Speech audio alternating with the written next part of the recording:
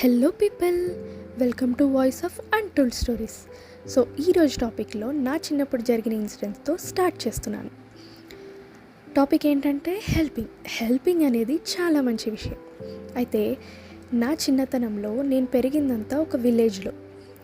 అక్కడ స్కూలింగ్ మాత్రం దగ్గరలో ఉన్న టౌన్కి స్కూల్ బస్ ద్వారా వెళ్ళేవాళ్ళం. ఒకరోజు నేను స్కూల్ బస్ మిస్ అయ్యాను. అది ఎగ్జామ్స్ టైం. సో మా మామయ్య తీసుకెళ్తా డ్రాప్ చేస్తా అన్నారు. సో వెళ్తుండగా దారిలో మాకు రోడ్ పైన ఒక హాల్ టికెట్ కనిపించింది. దిగి చూస్తే అది 10th class main exam hall ticket.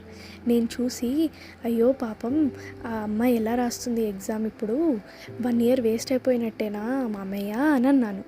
అంటే మా మామయ్య వెంటనే ఇంకా టైం ఉంది కదా ఎగ్జామ్కి, సెంటర్కి వెళ్ళి ఇచ్చేద్దాం, సెంటర్ నేమ్ ఉంది కదా పద అని చెప్పి డైరెక్షన్ షిఫ్ట్ చేసి స్పీడ్గా డ్రైవ్ చేసి తీసుకెళ్లారు. వెంటనే ఆ హాల్ టికెట్ తీసుకెళ్ళి ప్రిన్సిపల్కి సబ్మిట్ చేశాము, ఆ స్కూల్ ప్రిన్సిపల్కి. బయట ఉన్న వాళ్ళ ఫ్రెండ్స్ అందరికీ ఆ అమ్మాయికి చెప్పండి అని చెప్పి ఇన్ఫామ్ చేశాము. అదే రోడ్లో మేము వెళ్తుండగా అమ్మాయి ఏడ్చుకుంటూ వెతుక్కుంటూ రోడ్ పట్టుకొని వెళ్తుంది, నా హాల్ టికెట్ ఎక్కడుంది అని చెప్పి. ఇంకా మేము వెంటనే తనని ఆపి, నీ హాల్ టికెట్ అక్కడ సబ్మిట్ చేశాము, వెళ్ళమ్మా వెళ్ళి ఎగ్జామ్ రాయి ఫస్ట్ అనగానే ఆ అమ్మాయి కళ్ళలో బాధ, ఏడుపు, భయంతో ఉన్న ముఖంలో ఒక అందమైన హ్యాపీ టీయర్స్ చూసాము. Thank you very much uncle అని చెప్పి పరిగెత్తుకుంటూ వెళ్ళిపోయింది.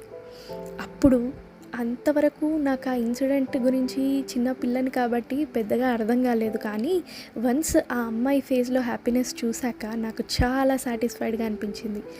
ఒక హెల్ప్కి ఉన్న విలువ, సంతృప్తి అప్పుడు తెలిసింది నాకు. సహాయం అంటే మనకి తోచినప్పుడు చేయడం కంటే ఎదుటివారికి అత్యవసరమైనప్పుడు చేయడం ఇంపార్టెంట్ అని తెలుసుకున్నాను. మా మామయ్య చేసిన ఆ పని నా చిన్నతనంలో నాకు చాలా స్ఫూర్తినిచ్చింది అండ్ సంతృప్తిని కూడా ఇచ్చింది. సో మీ లైఫ్లో కూడా ఇట్లాంటి మంచి మంచి ఇన్సిడెంట్స్ ఏమైనా ఉంటే వెంటనే కమెంట్ సెక్షన్లో మెన్షన్ చేయండి అండ్ మెయిల్ డ్రాప్ చేసేయండి. నేను నెక్స్ట్ మళ్ళీ ఇంకో స్వీట్ స్టోరీతో తిరిగి వస్తాను.